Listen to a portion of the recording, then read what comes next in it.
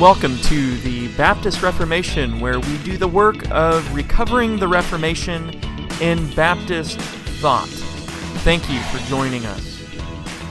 Welcome to the Baptist Reformation. As you know, my name is Josh. So this is the third take, guys. I mean, the last episode I did was the third take. These things are hard to make, you know? I don't think people realize how hard it is to make a podcast sometimes, and video, and do all that. And on top of that, we want to add streaming.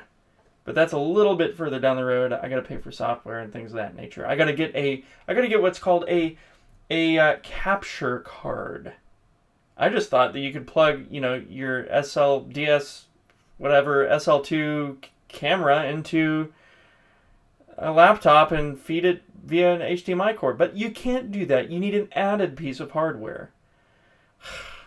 I tell you what, they'll get you coming and going.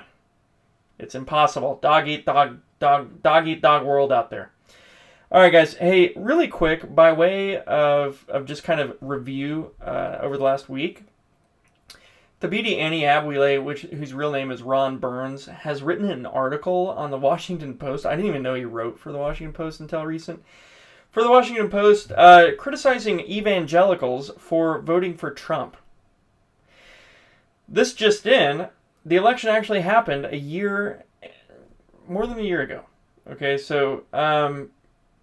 but what has caused this to kind of boil to the surface again is the fact that a Supreme Court justice just resigned, and evangelicals are excited because there's a possibility that a Supreme Court justice could get nominated by the president who will fight Roe versus Wade, which will make it easier to abolish human abortion in the United States of America. But Ron Burns, aka Thabiti Anyabwile, has a problem with that because we're compromising on social issues if we vote for Trump against abortion.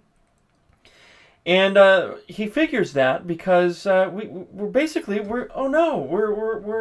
neglecting a group of people over here and prioritizing this group of people, namely those in the womb. Okay, so let's just break this down for a second. Those in the womb don't have power to speak, don't have power to move, don't have power to rebel, don't have power to give an opinion, don't have power to protest, don't have power to do anything, and their rights are being taken away from them by way of murder in what is supposed to be the safest place for a child, that is in their mother's womb. Anyabwile wants to say that, well, no, wait, you have this other group of people over there, and that's not fair to them, that we would prioritize this group over that group. It's great that you will care about this group, but then we have this group over here, and nothing's being done for them because Trump is a racist bigot. Well, I've got news for you. The unborn infants in the womb of murderous women and subject to the murderous tools of murderous doctors deserve our attention. More than this group of adults who have children, indeed do, have children who supposedly experience, and this is questionable, actually, from a statistical standpoint, and as far as where responsibility is playing in at, and just how much sway Donald Trump has had over this marginalized community. I'm sorry, abortion wins. You've got to wait.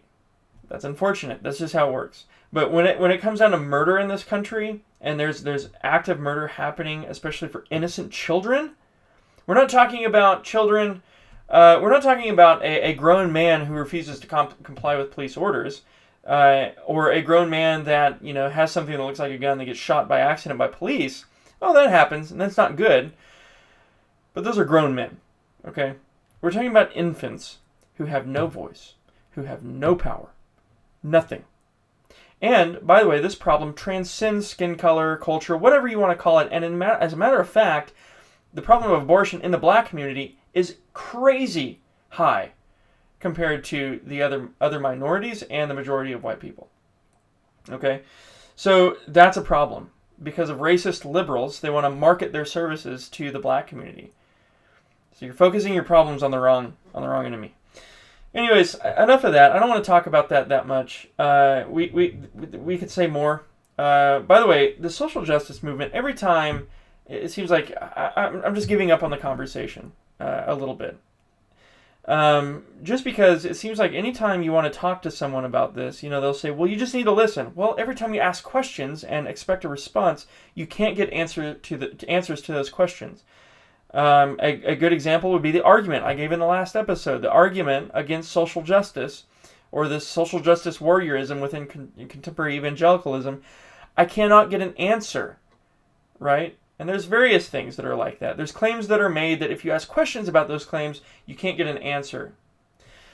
Anyways, we are moving on from that. I want to talk about today the Lord's Supper, the doctrine of the Lord's Supper.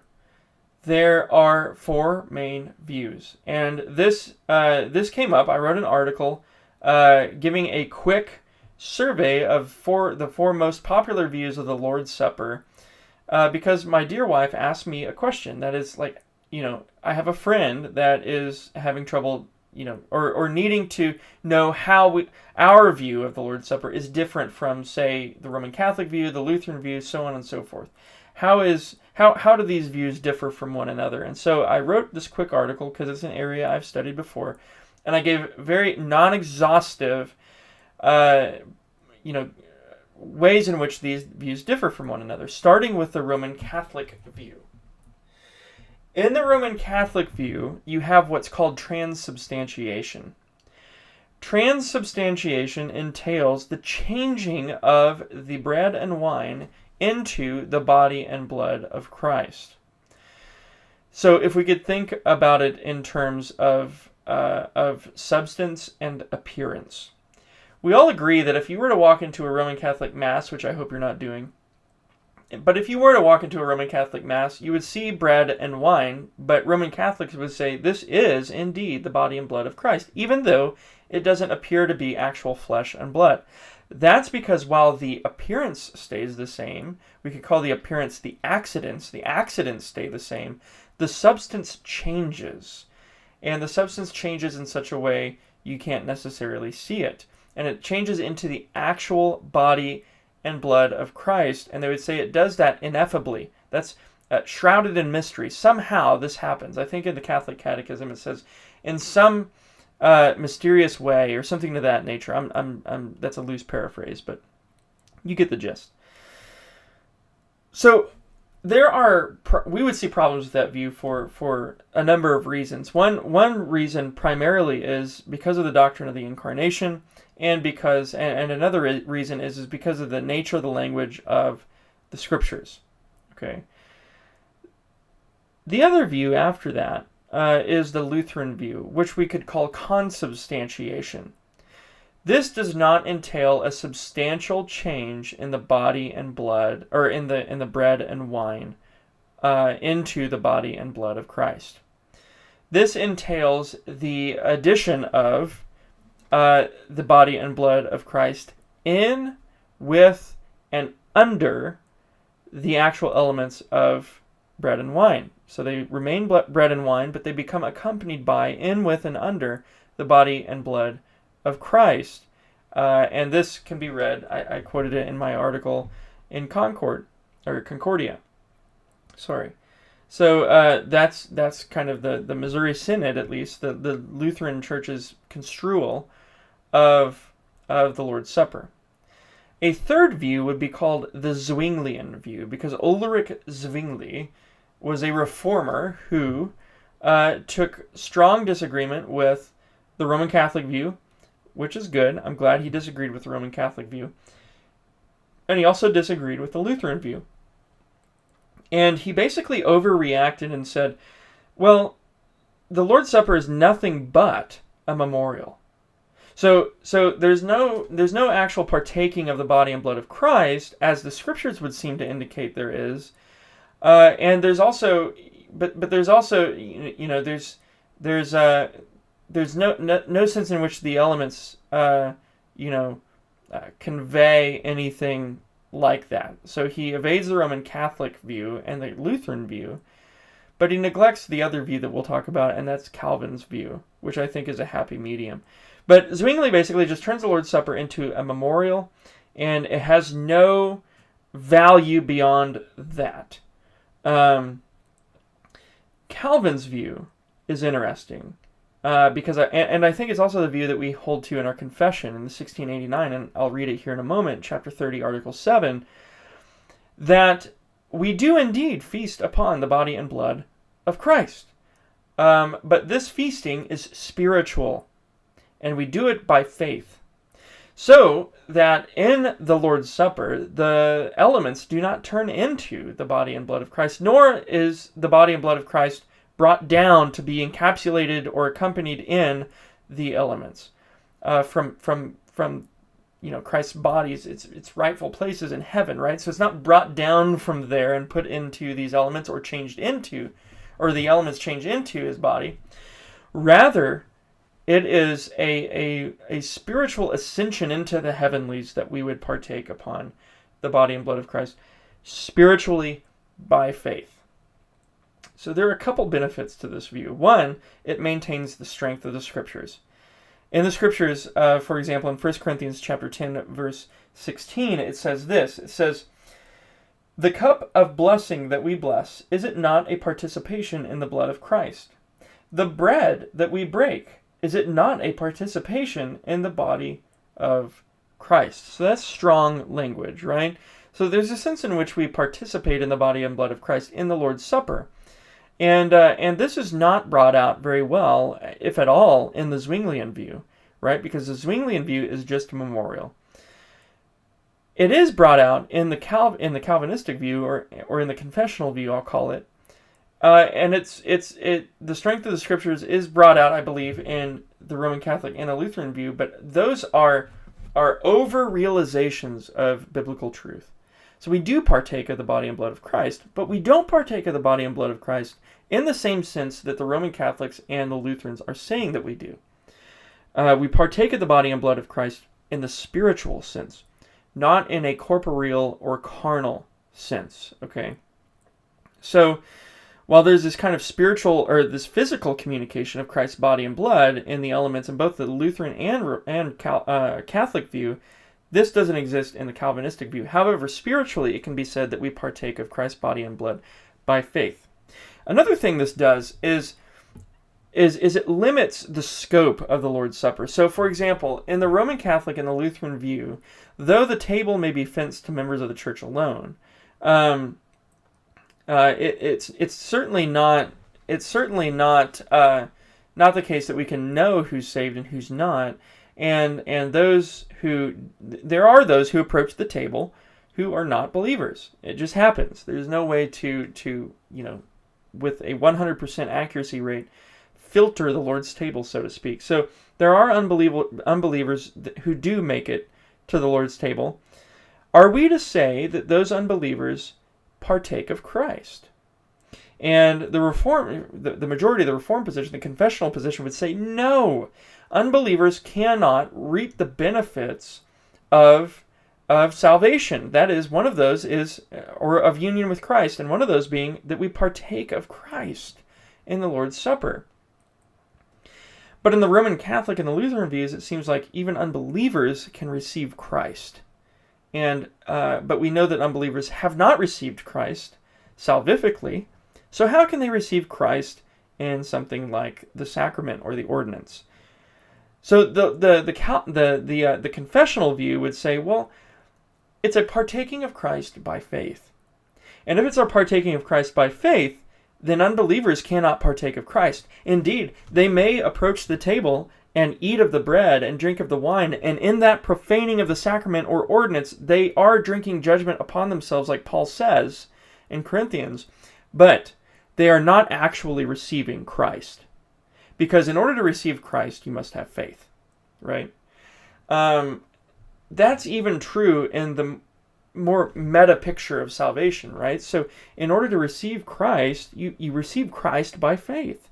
So too in the Lord's Supper, you don't receive Christ in the Lord's Supper unless you have faith, which itself is a gift, of course. And then if you have faith, you'll spiritually partake of the body and blood of Christ in the sacrament or in the ordinance. I like the Baptist confession because it uses the word ordinance instead of sacrament and avoids that confusion. So here's the thing. The biblical language is really strong.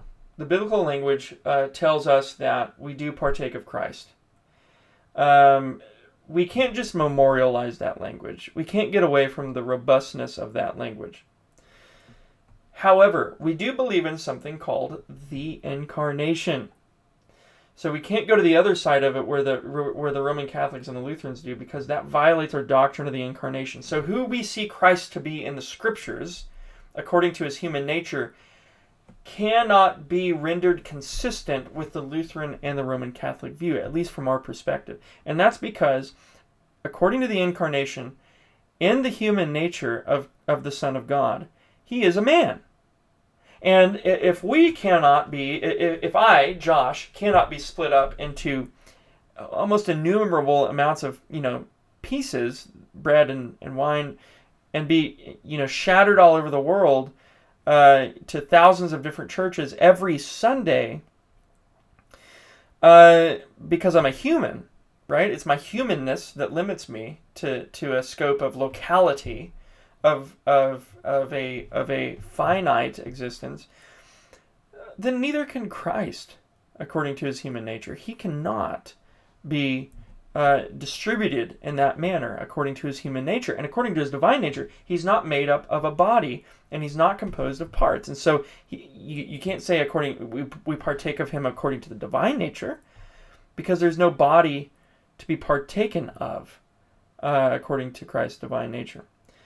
And so the doctrine of the incarnation stops us from going to the extremes. The really extreme is the Roman Catholic view, and kind of the lesser extreme is the Lutheran view. So we're prevented from going there, and we're guided toward a more biblical approach where we maintain the rigidity of the language in Scripture. That is to say that we do partake, at least in some sense, we would say in the spiritual sense, of the body and blood of Christ.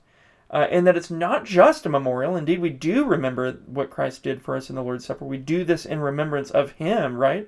Per his very own instructions. But it's not just that, because later on in the Scriptures we would find out that we do partake of the body and blood of Christ. And so we do this by faith through the Spirit. Wow. That's a mouthful. That's a lot to do in, less than 17 minutes. Anyways, guys, if you like this, if you benefited from this episode, whatever, please like and share on your social media. And we would appreciate it also if you benefit from the articles. Go ahead, throw those up on Facebook. But this video, or this podcast specifically, I'd appreciate it, guys, so much if you would like and share it. Also, give me ideas for episodes you'd like to see come out. Give me ideas for topics to talk about. I would love to hear what you guys are learning about, what you guys are wondering about, what you guys have questions about, and hopefully tackle some of those things on here. It just gives me ideas for more episodes. So, to recap, if you guys like this, share, like, and also give me some ideas in the comments section. God bless. Have a good one.